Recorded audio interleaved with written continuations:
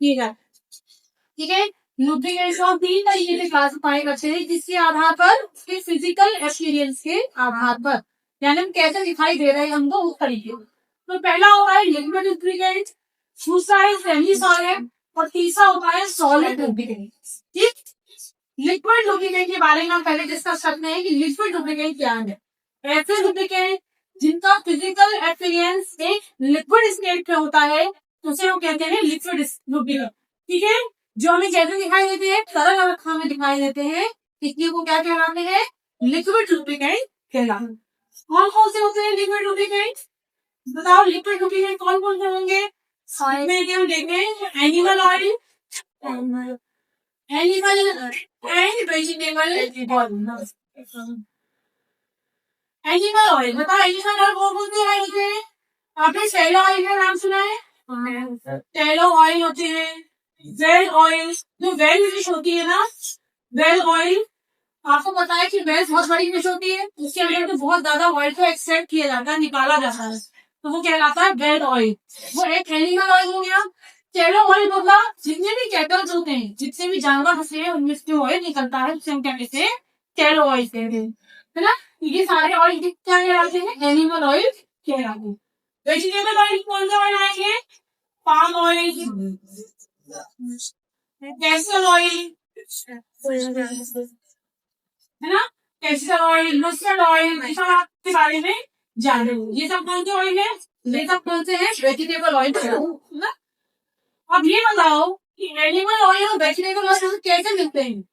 Animal oil हमें कहाँ से मिलता है, एनिमल से, एनिमल से मिलता है, और वेजिटेबल ऑयल हमें वेजिटेबल से मिलता है।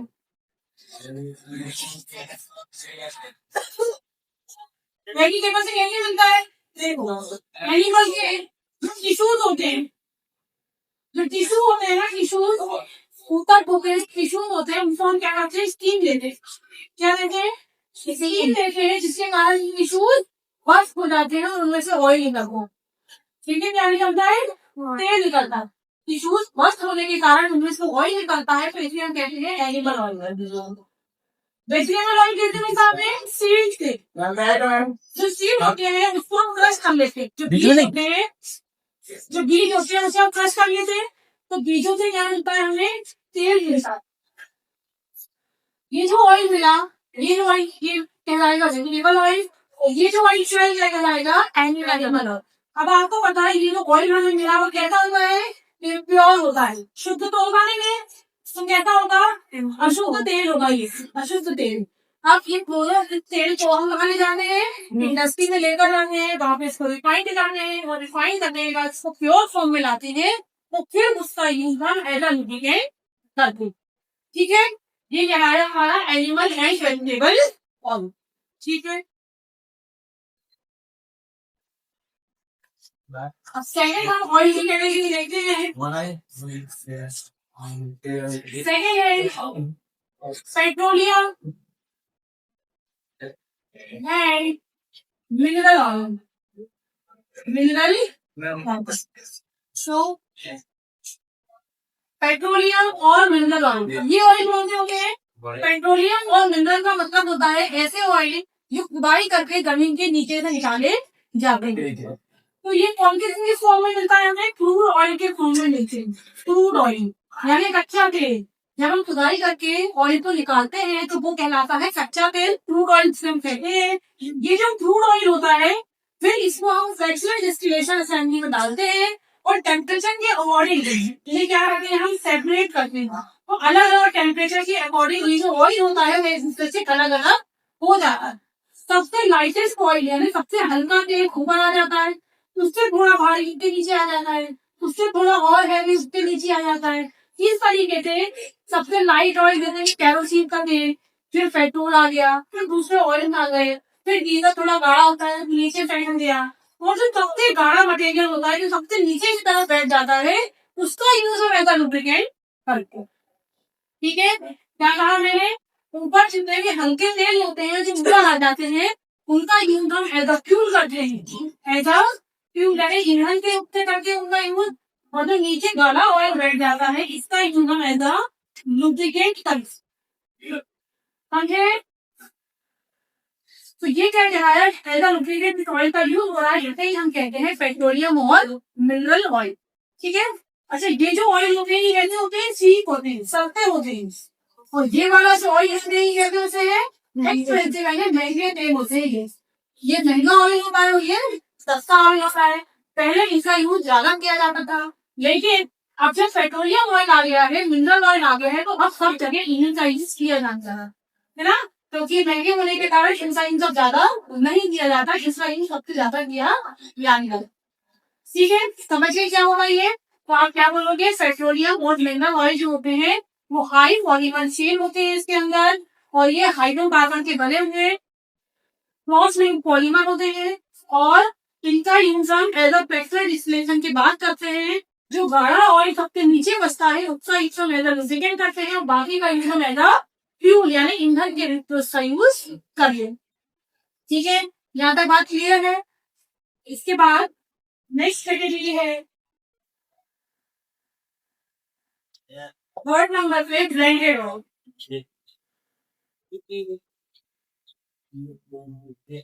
ब्लेंडेड ऑयल, और इसी को एक और नाम से जानते हैं, इसको हम कहते हैं सिंथेटिक ऑयल। सिंथेटिक क्या है इसका मतलब, ब्लेंड का मतलब क्या होता है, ब्लेंड होने पर मिक्स करना। आप जब मिक्सी में कोई चीज डालते हैं तो उसको ब्लेंड करते हैं ना, ब्लेंडिंग मतलब उसको मिक्स कर देते हैं। तो इसका मतलब ये है कि ये ऑयल को हम खुद बनाते हैं। सिंथेटिक ऑयल मतलब जिसे हम खुद से बना रहे हैं ना, ब्लेंडिंग मतलब भी उसे हम खुद बना रहे हैं। इसमें हम क्या मिलाते हैं, पॉलीग्लाइकोल, ये कुछ एडिटिव होते हैं, इसे हम यूज करते हैं। ठीक, अब ब्लेंडेड ऑयल को मतलब क्यों बना रहे हैं हमें तेल, हमने क्यों बनाया ऑयल, क्योंकि आपको पता है कि कुछ ऐसी मशीनें होती है जिसका टेम्परेचर बहुत ज्यादा होता है, जिनका प्रेशर बहुत ज्यादा होता है, जिनका लोड ज्यादा होता है। तो ऐसी मशीनों में ये हमारे ऑयल काम नहीं करते हैं। तो हमें कुछ स्पेशल कैटेगरी के ऑयल को तैयार करना पड़ता है ताकि वो हमारे कुछ हाई प्रेशर पे, हाई टेम्परेचर पे और हाई लोड पर क्या कर सके, अपना काम कर सके। ठीक है, तो उसके लिए हम अपने से क्या करते हैं, जो ऑयल होता है पेट्रोलियम या मिनरल ऑयल होता है, ये बेस ऑयल तो यही होगा, नेचर से जो ऑयल मिलेगा बेस ऑयल तो वही कहलाएगा। ये ऑयल में हम क्या करते हैं, क्यों इस ऑयल में हम क्या कर देते हैं, फुल एडिटिव को मिक्स कर देते हैं। मिक्स क्या कर देते हैं, इसमें एडिटिव को मिक्स कर देते हैं। एडिटिव मतलब ऐसा एडिटिव्स को मिला देते हैं जो हमारे ऑयल की प्रॉपर्टी को क्या कर देता है, इनहांस कर देता है, बढ़ा देता है, इनहांस कर देता है।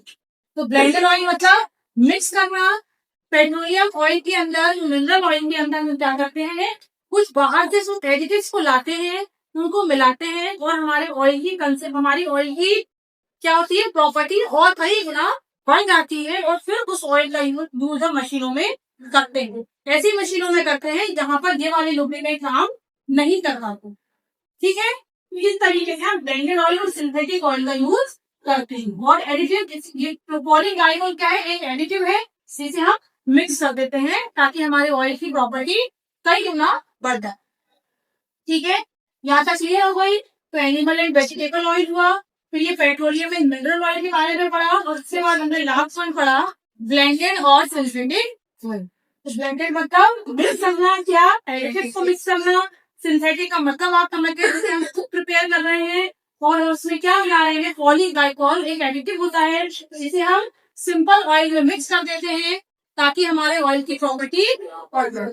ठीक है, तो सेमी सॉलिड का मतलब क्या होता है, सेमी सॉलिड का मतलब होता है अर्धोस, यानी जो ना तो हमें एकदम लिक्विड स्टेट में दिखाई दे और ना ही सॉलिड स्टेट में दिखाई देते हैं, जिनकी कंसिस्टेंसी कैसी होती है, बीच की होती है, जिसे हम क्या बोलते हैं, सेमी सॉलिड लुब्रिकेंट बोलते हैं। इसमें सबसे अच्छा एग्जांपल है ग्रीस का। सुना है आपने ग्रीस, ग्रीस का यूज जब बहुत छोटे बच्चे के लिए हम लोग साइकिल चलाते थे तब हम ब्रेन में लगाते थे, है ना, और हम बाइक में हर चीज तो लगता है, तो ग्रीस का यूज सब जगह सेमी सॉलिड की जरूरत क्यों पड़ी, जहाँ पर लिक्विड लुब्रिकेंट का यूज नहीं कर सकते हैं वहां पर हम किसका यूज करते हैं, सेमी सॉलिड लुब्रिकेंट का यूज करते हैं। क्यों नहीं कर सकते लिक्विड लुब्रिकेंट का यूज, ऐसा क्यों हुआ, ऐसा इसलिए हुआ जब मान लीजिए फूड इंडस्ट्री है, फूड इंडस्ट्री में क्या होगा, अगर हम लिक्विड लुब्रिकेंट का यूज करेंगे इंडस्ट्री में तो वो ऑयल हमारे खाने में चला जाएगा और वो ऑयल का स्वाद खराब हो जाएगा, फिर उसको कोई भी नहीं करेगा। फिर यदि हम पेपर इंडस्ट्री में भी लिक्विड लुब्रिकेंट का यूज करेंगे तब क्या होगा?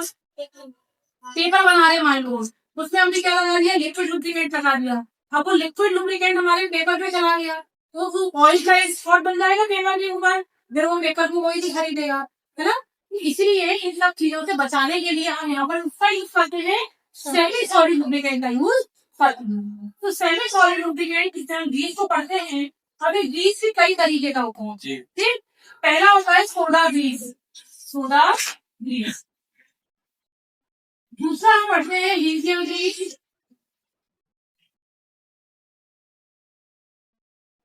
और थर्ड वन है कैल्शियम ग्रीस। क्या होता है ये? एक बार ध्यान से समझेंगे। सोडा ग्रीस क्या होगा? सोडा ग्रीस मतलब हमारा बेस ऑयल कौन सा आएगा? Petroleum oil. पेट्रोलियम ऑयल में यदि हम क्या मिला दें? सोडियम सोप मिला दें, सोडियम सोप मिला दें तो क्या बनता है? सोडा ग्रीस बन जाएगा। समझ रहे बात को? है तो क्या ऑयली रहेगा, क्योंकि हमारे नेचर में हमको ऑयली मिला है, तो हम उस ऑयल को लेंगे और उसमें हम सोडियम सोप को घोल देंगे। सोडियम सोप क्या होता है? सोडियम सोप एक इमल्सिफाइंग एजेंट होता है।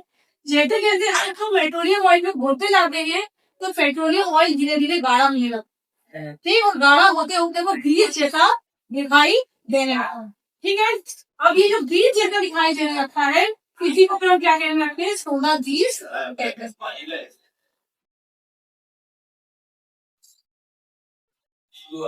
अभी जो सोडियम होता है यहाँ होता है वाटर सॉल्युबल होता है, वाटर सॉल्युबल। ये जो सोडियम फोम हम इसके अंदर घोल रहे हैं इनकी एक प्रॉपर्टी होती है कि पानी में घुल जाता है, इसलिए हम इसका यूज उस टाइप की मशीन में लगाएंगे जहाँ पर पानी का यूज ना किया जाता है।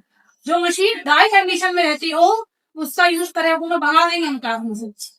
ये सोप कैसा होता है? वाटर सॉल्युबल होता है, ये पानी में अच्छे से घुल जाता है, इसलिए हम इसका यूज वहां नहीं करते जो मशीनें पानी के अंदर वर्क करती हैं। इसको हम ड्राई कंडीशन में यूज करते हैं और इसको हम कब किसका यूज कर सकते हैं? इसका टेम्परेचर सेट होता है, इसका टेम्परेचर 175 डिग्री सेल्सियस। ये कितने टेम्परेचर तक वर्क कर सकता है? 175 डिग्री सेंटीग्रेड टेम्परेचर तक ये वर्क कर सकता है। यदि टेम्परेचर इससे ज्यादा होगा तो क्या हो जाएगा? ये लुब्रिकेंट क्या हो जाएगा? डिकम्पोज हो जाएगा, यानी पेट्रोलियम ऑयल अलग हो जाएगा और सोडियम तो अलग हो जाएगा। डिकम्पोज होने का मतलब है ये अपने अपने एक्चुअल पोजीशन में आ जाएगा।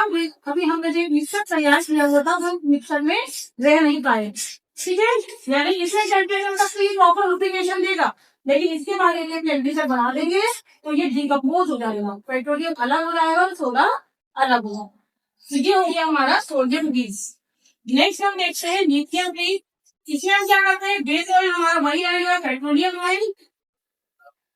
इस पेट्रोलियम ऑयल में हम क्या मिला देंगे? इसमें लिथियम सोप मिला देंगे, लिथियम सोप मिला देंगे तो बन जाएगा हमारा लिथियम ग्रीस। ठीक है, अब ये कैसा होता है? ये होता है वाटर रेजिस्टेंस।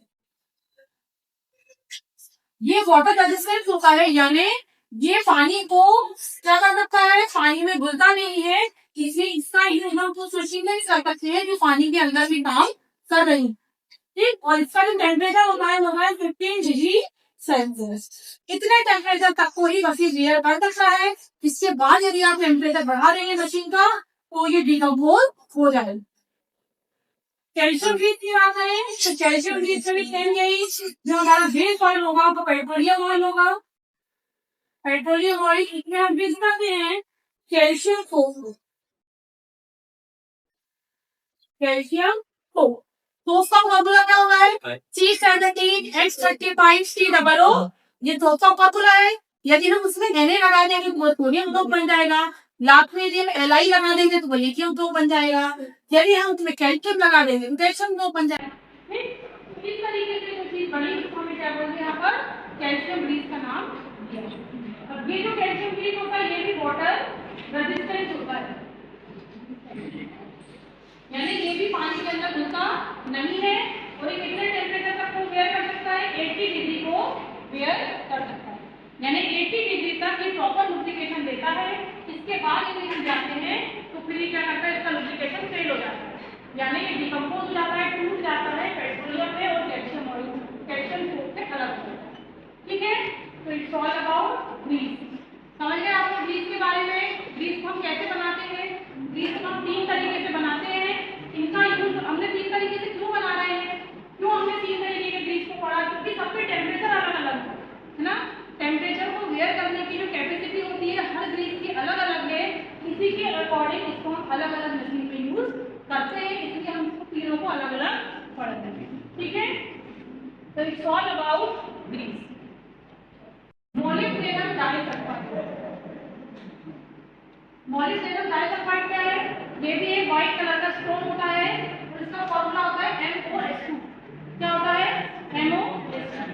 अब ये कैसा स्ट्रक्चर है? एक सैंडविच लाइक स्ट्रक्चर है। सैंडविच लाइक, ये कैसा था? लेयर स्ट्रक्चर था, वो है सैंडविच लाइक स्ट्रक्चर। जैसे कि हम सैंडविच खाते हैं तो 2 ब्रेड की लेयर होती है, बीच में हम फिलिंग भरते हैं। ऐसे सेम इसमें 2 लेयर है, एक 2 लेयर नीचे ऊपर की कौन सी है? मोलिब्डेनम की है, और अंदर जो फिलिंग है वो किसकी है? सल्फर की है। बीच में क्या है? सल्फर। तुम पीछे खड़े हो जाओ, खड़े हो जाओ। मोलिब्डेनम डाइसल्फाइड का फॉर्मूला क्या है? MOS2। इसका मतलब होता है मोलिब्डेनम की एक लेयर इधर है, मोलिब्डेनम की एक लेयर इधर है। जैसे थ्रेड होती है 2 थ्रेड, ऐसे ये 2 मोलिब्डेनम के बीच में हमने किस चीज की फिलिंग है? सल्फर। यानी सल्फर यहाँ पर भी वीक वंडर वॉल फोर्स से जुड़ा होता है। और ये जो सरफेस, ये जो साइड होती है, ये भी क्या करती है? आपस में एक दूसरे के ऊपर फिसलती रहती है। ये जो लेयर्स होती है ये भी साइड करती है, और इनका भी जो वंडर वॉल होता है वो बनता है, फिर टूट जाता है, फिर बनता है, फिर टूट जाता है। इसके कारण इसके अंदर भी एक सोपी टच होता है, और इसलिए इसका यूज हम किसमें करते हैं? एज अ लुब्रिकेंट करते हैं। ये कितने टेम्परेचर को वेयर कर सकता है? 400 डिग्री सेंटीग्रेड टेम्परेचर पर वेयर कर सकता है। ठीक है, इतना टेम्परेचर तक ये प्रॉपर लुब्रिकेशन देगा। इसके बाद यदि हम टेम्परेचर को बढ़ा देंगे तो फिर ये डिकम्पोज हो जाएगा। इसके बाद फिर ये कोई लुब्रिकेशन नहीं देगा। तो इस तरीके से सॉलिड लुब्रिकेंट का यूज हम मशीन में करते हैं। कौन सी मशीनों में? एक्सट्रीम प्रेशर, एक्सट्रीम लोड और हैवी, जहाँ पर प्रेशर ज्यादा है, टेम्परेचर ज्यादा है और लोड ज्यादा है, वहां पर हम लोग सब सॉलिड लुब्रिकेंट का यूज करते हैं।